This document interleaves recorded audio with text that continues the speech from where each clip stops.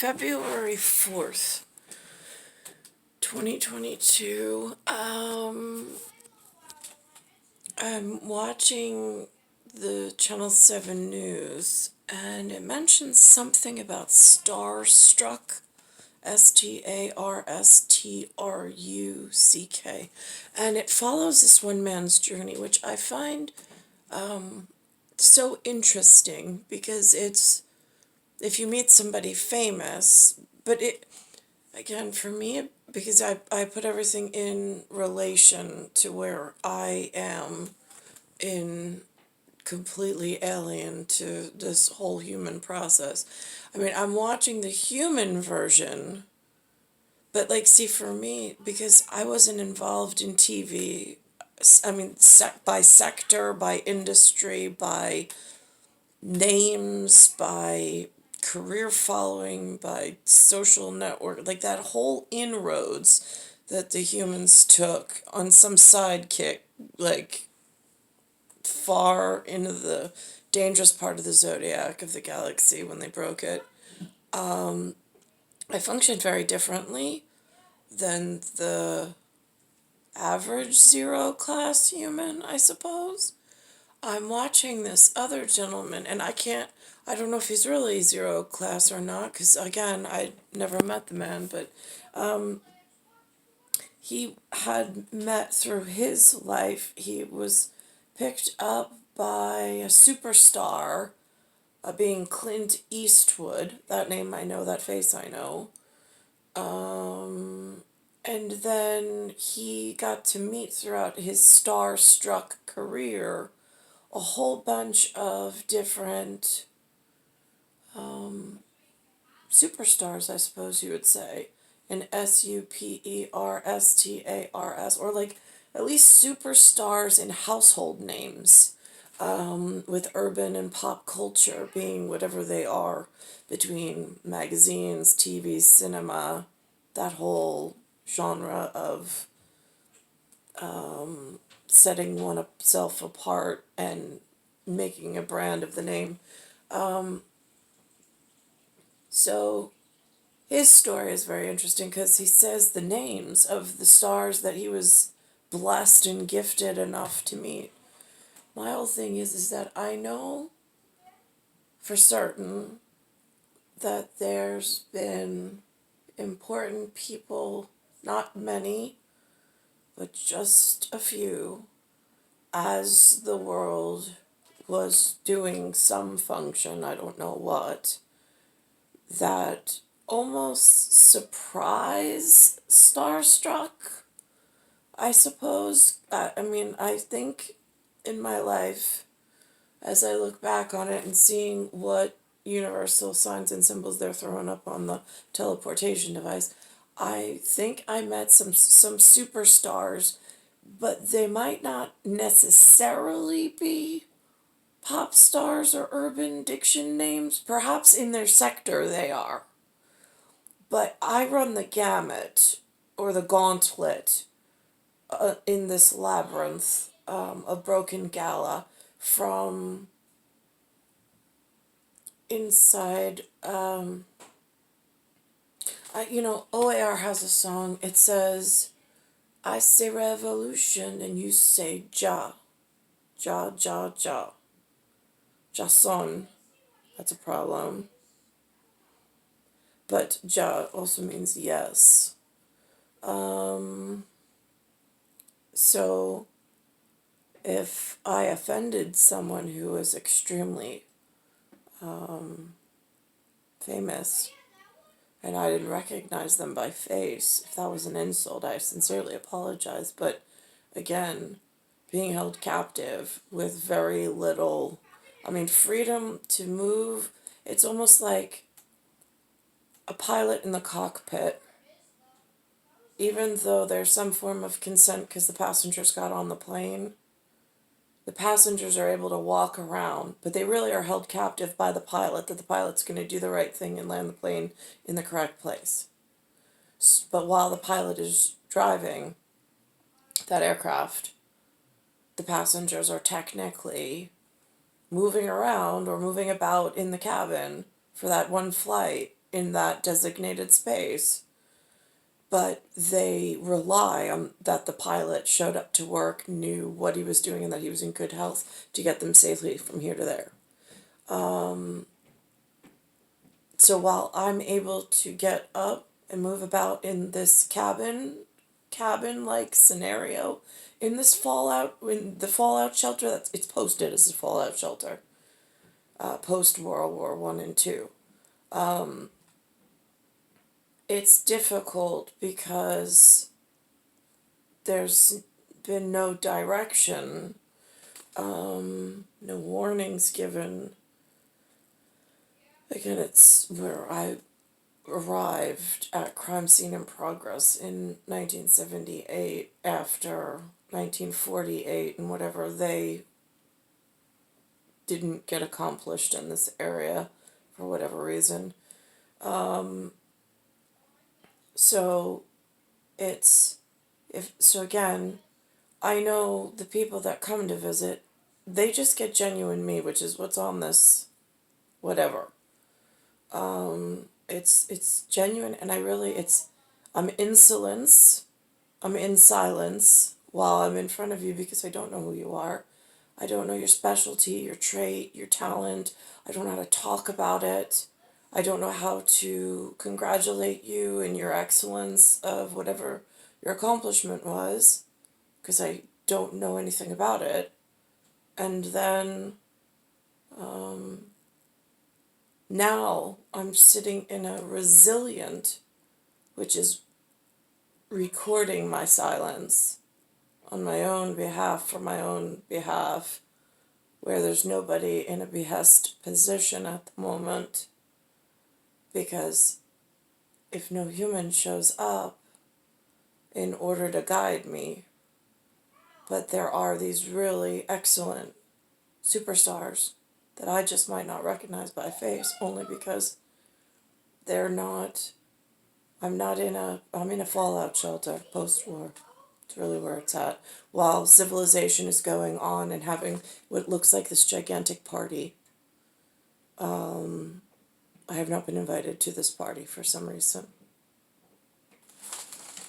So this is a human's version of, not the first gentleman, but the second gentleman. It's his journey on being starstruck, but being part of the urban and pop culture. He knew when he met these superstars along his career how to position himself amongst their excellence. Movies began as a child in our area. He was born in Manhattan and grew up in Teaneck, where, encouraged by his parents, he began his career writing film reviews while in elementary school. And now at the age of 71, he's looking back on it all in his new book, Starstruck. Entertainment reporter Sandy Kenyon here with more. Sandy. Thanks, Dave. If Leonard Maltin had grown up to be a professional musician, you'd have to have called him a child prodigy. He wrote his first movie reviews in the 5th grade and signed his first book contract at 17, all before graduating with a degree in journalism from NYU. And by the way, the guy who has talked with so many famous people never expected to become a star himself.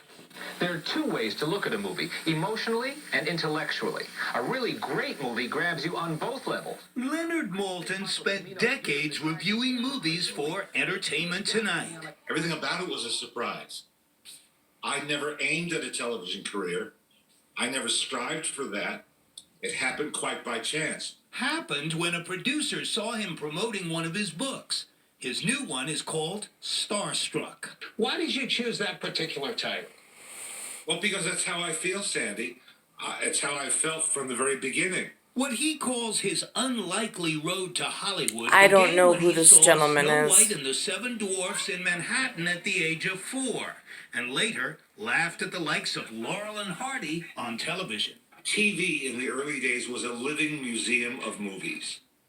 That fireplace is so beautiful. Like, those are the details that I look for, that I don't even see on set design any longer. This, to me, is what I used to call the Victorian era, the Victorian building style, for this particular area, because there's so very little of it left. Most of it's been demolished or is in such disrepair. I had heard through my lifetime a reference to something called a jackass, Jackass, but I didn't know visually what it looked like.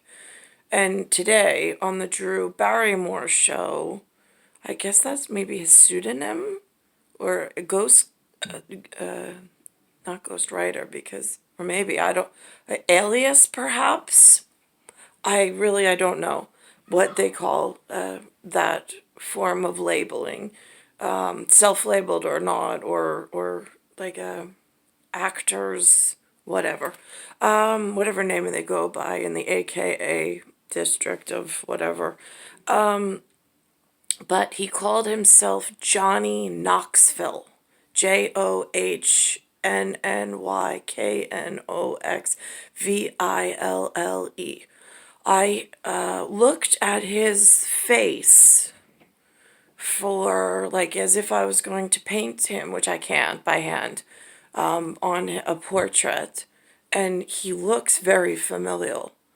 But by the outrageous content, he puts himself in danger purposely by doing these, I guess, stunts. I mean, again, I heard on, I think, radio when I was younger, going to and from work, perhaps there's just the name stuck. Some things get etched in ETCH, I don't know why. It's something zodiac, like boat, for if you're whatever, need a smaller shuttle, might know about. But so for the first time he was on the Drew Barrymore show, same date that this aired. I wouldn't have been able to pick him out in a crowd. Even now, by the time tomorrow hits, I don't know if I could. But he looks, profile-wise, he looks like a much thinner version of some gentleman on one of my other favorite, or one of Linda's favorite shows that I've walked through the living room, who seems much more sophisticated in his character placement on a show called Bull, Bull. They have their nose profile looks very, there's something about it visually where they look like they could be cousins of some sort, or in some kind of cousinry and heraldry and genealogy. This was nirvana to me. This was where I wanted to be. This was what I wanted to know more about. And that was unusual. At just 13 years of age, working from his bedroom in Teaneck, Moulton published his own film magazine. I think about how lucky I was that I had parents who encouraged what I did. Moulton was 16 when he first appeared on TV here in the city, the same year he met his first star. Ginger Rogers was to be the first of the stars that he's met. The only one that I could really place was Clint Eastwood. Other than that, I just don't know their faces or their names. Of so many. Elizabeth Taylor, Katharine Hepburn, Betty Davis, a list that grew to include folks like Star Wars creator George Lucas. Once I was on it. And again, George Lucas is one of those names, household name. I know he's related to Star Wars somehow. By facial recognition, though, it's iffy. In photos that they've displayed, perhaps I could, if it's a still photo. But sometimes when you walk in physicality and dimension, it gets very difficult. On that same note of physicality being difficult, when this photo was taken with Nico, Nico for NSA purposes, who went to, God, it was Jenny and Ricky's house for Halloween, where I brought Alex dressed up as that. I was having such a hard time when Nico asked to hold the baby, and I did, and I was enjoying my conversation with him. And then he said the word polygamy, Polygamy, and I got dizzy. I have no idea why I got dizzy, but it was almost like seeing two pie slices at this and trying to focus them at the same time. Like he was with Alex where he had no face.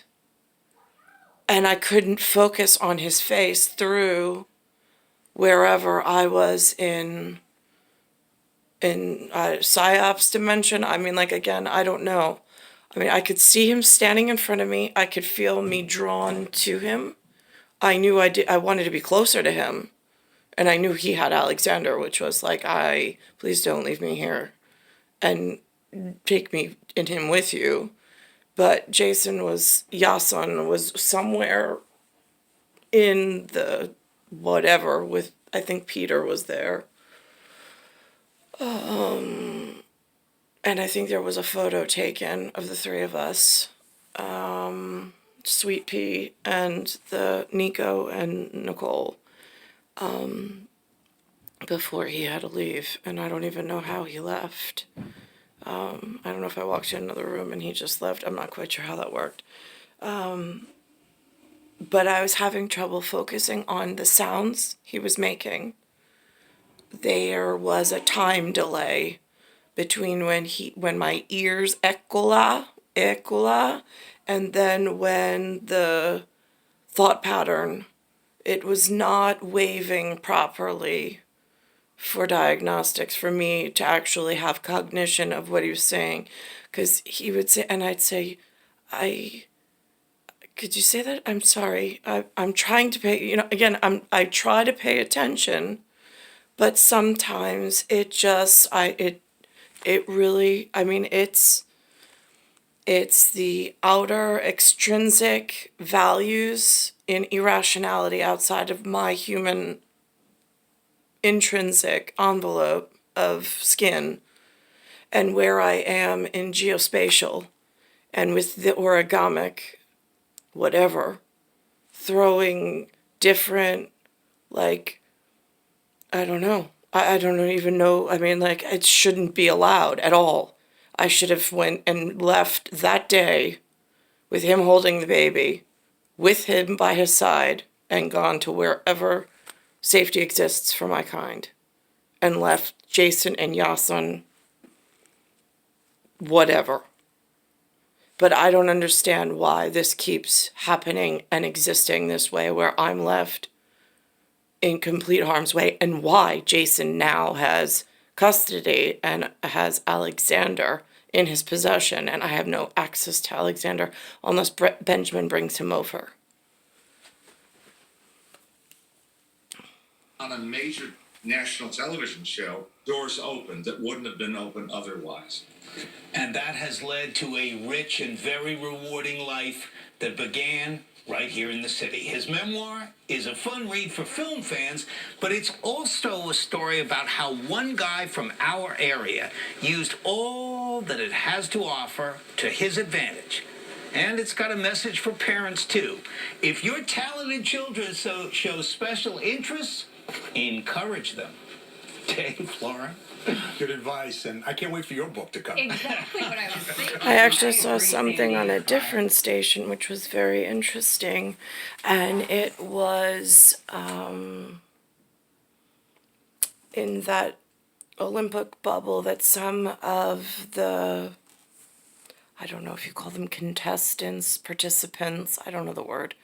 I don't know the appropriate approved upon word, but they said that one of the government officials over in that section, whatever they choose to go by, I'm not clear, but there was a Danish DANISH reporter, and one of the officials dressed really very, very nicely in costume. It was a black jacket with a red cuff with beautiful gold embroider on it.